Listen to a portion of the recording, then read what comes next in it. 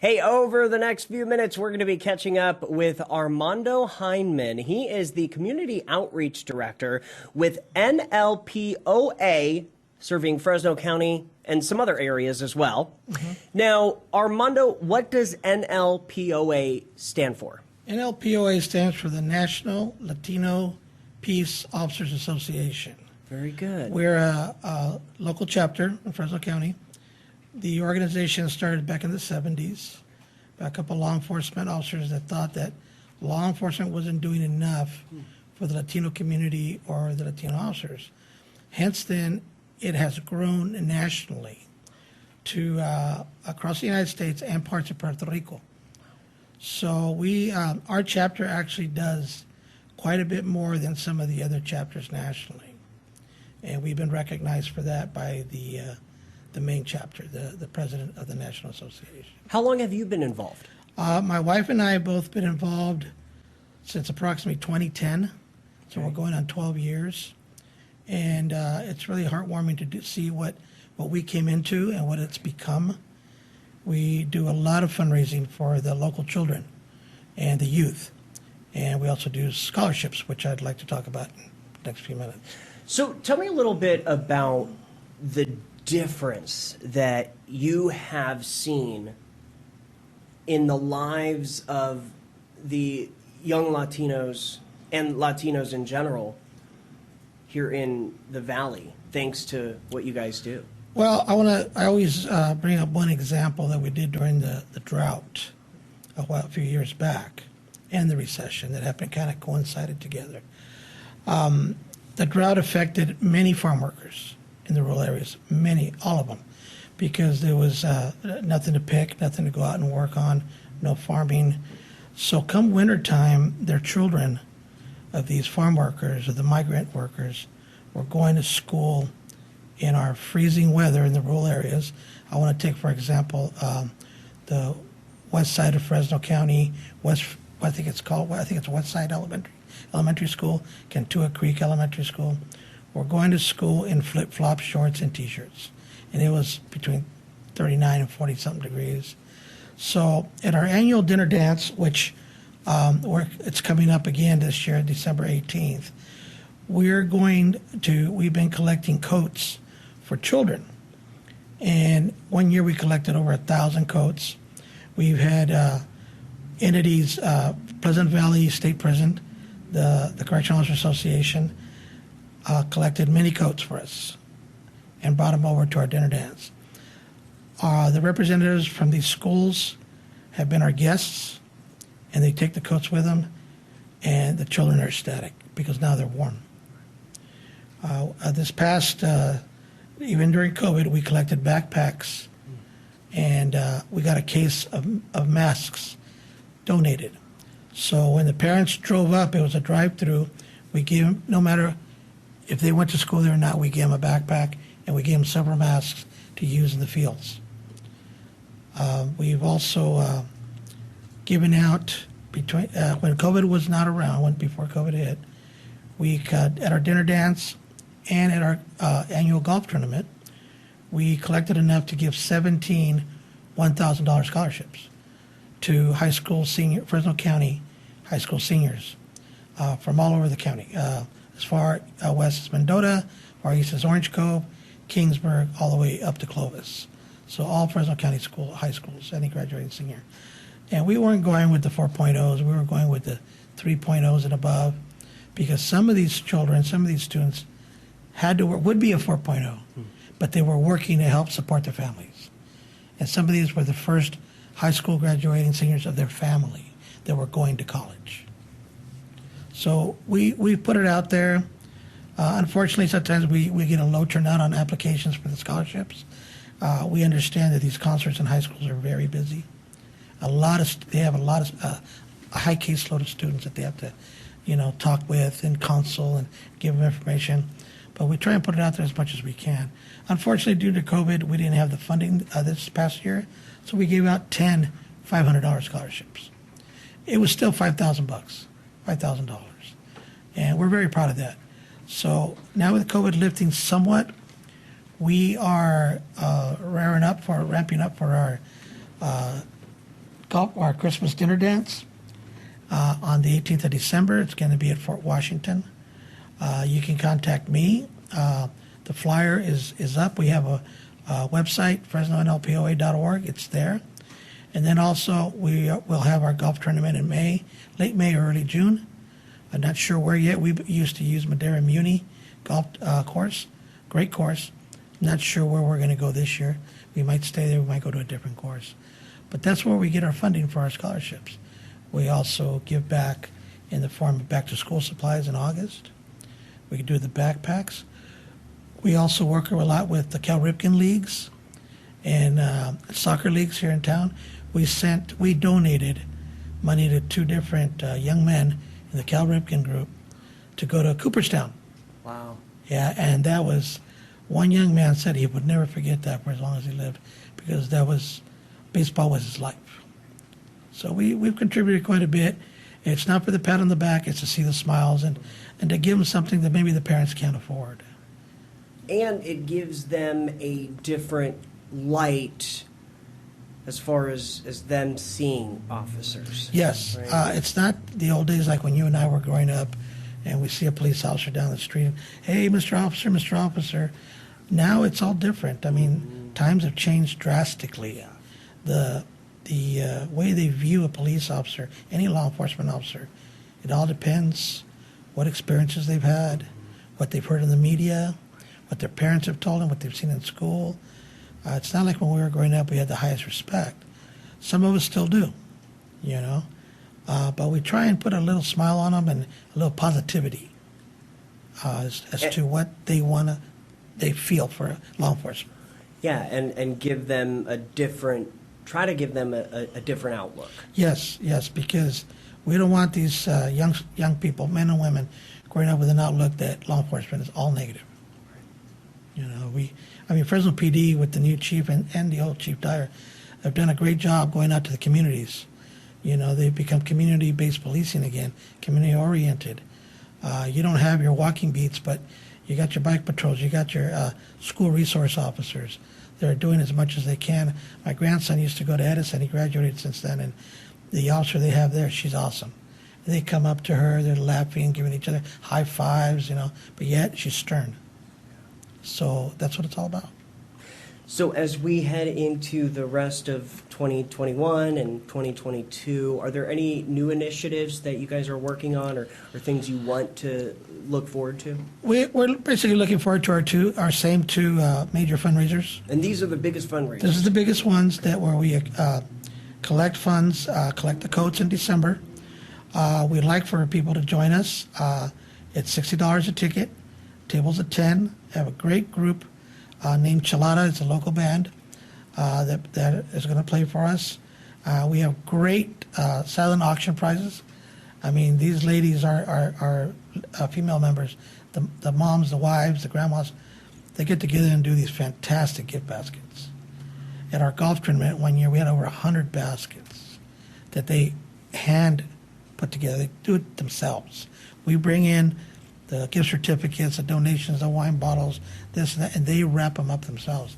Believe me, it's a task, and we bow down to these ladies because they're what it's all about. They make the group. So at our fundraiser for Christmas, we'd like to collect enough money to get through for the next scholarship segment of our organization. But at the same time, in May or June, we have our golf tournament. One year it rained, and we had 140 golfers. Mm-hmm. Well, 129, 128 showed up. True golfers. They were out there soaking wet, but they played. So we've had some good turnouts. A couple of years we sold out the course, and the luncheon we give is excellent. And we have all the gift baskets, silent auctions, and then we have live auctions. 2 years, our last Christmas dinner dance, we had a live auction for various sports memorabilia that one of our members, retired Lieutenant Jose Gutierrez from the California Highway Patrol, donated. It hurt him to donate it, but he donated it. And one was an Oakland Raider jersey, which my wife about fainted because I kept bidding higher and higher and higher. Unfortunately, I didn't win, but she almost... Hey, at least you got the number up.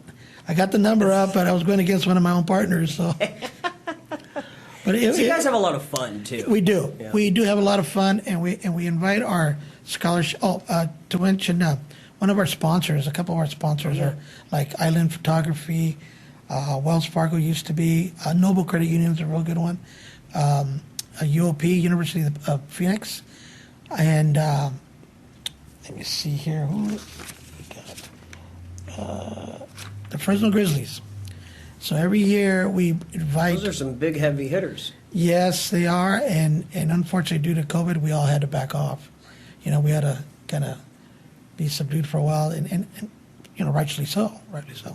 But the Grizzlies have invited us every year back to have a special luncheon with our scholarship recipients, and it's a nice luncheon up in the club. And believe me, some of the stories we hear from some of these parents, it's very humbling. First time around, college, first time high school graduate, grew up in the fields, grew up working, restaurant, it doesn't matter. The parents are very humbling, and the students are very humbling. And we don't discriminate. We go to every high school, every ethnicity. I mean, it doesn't matter if you're, African American, Hispanic, Anglo, Asian, it doesn't matter, Hindi. You want to work together. Yes. We want to bring in universal, and that's what our goal is, and that's what we've done. I want to ask you a little bit about the police officers and their viewpoint on what you guys do. Right now, we have retired probation officers. We have retired, our president, Ruben Diaz, at the time, right now, is the retired assistant sheriff of Santa Clara County. Okay. But he started his career here in Visalia. They're local. He ended his career with the DA's office as an investigator. And then he finally hung it up. It was time to concentrate on LPOA. We have, he just retired, Lieutenant Gutierrez. He just retired. And then we have a female officer that still works for the Highway Patrol. And we have correctional officers. And then we just have various people from the community, professionals. We've got a couple of attorneys, a couple of counselors, school educators, current advocates. So we have a vast wealth of information and history and background, not only on our board, but as our membership. And their viewpoint on the organization is just like mine. We're there to help. We're there to give. We're not politically affiliated. We're a 501c3, so we're not politically affiliated with any group. They ask us to sponsor it. We just can't. Yeah. We just can't. We're not like other law enforcement organizations that do back up people that are running for office or something. We can do it individually, but we can't do it as a group, and we won't jeopardize our nonprofit status with the state. And especially, just during this time of COVID and the unrest and the, I don't want to get political here, but it's just a fact that there's a lot of talk of defunding the police. Yes. That's a fact, so we don't need to be political about it, but this is a way to bridge that gap. Yes. And I think, and you guys have been around since 2010, right? No, I've been there since 2010. You've been there. But okay, the organization has been around since like 1970, early 70s. Interesting. Okay. And it started here in the state. Wow. It started here. Really? Oh, I didn't know that. Yeah, it was a California Highway Patrolman out of Sacramento or up north, and another officer, like I mentioned earlier, that we're kind of tired of not seeing enough go toward the Latinos way, or the Latino police officers with the Latino community. Right. Even us as an organization, we have our office, a little tiny office that we share at the Dickey Chicano Youth Center here on Divisadero. And that's where we have our monthly meetings every second Tuesday of the month at 6 p.m. We haven't gone far from our roots, from the barrio or from the neighborhood. But our wingspan, has gotten larger and farther out. We have been told, like I said earlier, we have been told by the mothership, the main organization, the president of the organization, that we do a lot more than some other chapters for being a small chapter. But that goes without saying because of our diversity. We try and look like I'm here now. Next week, one of our members is going to go to another area of town and present ourselves and what can we do to help you, or what can we do to, come in and assist the children. So we try and get out there as often as we can, now more than the last year and a half due to COVID. And we're filming this in October, so a quick reminder, this coming December. Yes. Give us the 411 once again. In December 18th at the Fort Washington Golf Course Country Club, we'll be having our annual dinner dance coat drive. And it's $60 a plate, a person, table of 10. And believe me, it's a worthy cause. The dance is going to be wonderful. The raffles, we're going to have a dessert table that you could also bid on silently. It's a silent auction. So please join us. It's going to be a night of fun. So come on over if you need. The flyer's right there. Or get a hold of me. Get a hold of somebody on the flyer. We'll get you tickets. And we can see you there. I mean, it's right before the holidays. And then in 2022, In you've 2022, got your we'll second have big fundraiser. Yeah, we'll have our annual golf tournament. I'm not sure when yet, but look at our website, Okay. FresnoNOPOA.org, and it'll be on there by hopefully January. And then also in February or March, the application process starts for our scholarships. So we want students, high school seniors, that are graduating this year, to please apply. You have nothing to lose and everything to gain. So February, March. Yes. Just go on our website Okay. or People check can with your keep counselor. Check on the bulletin board where I believe they put them on bulletin boards now. Yeah. The scholarships that are available. Okay.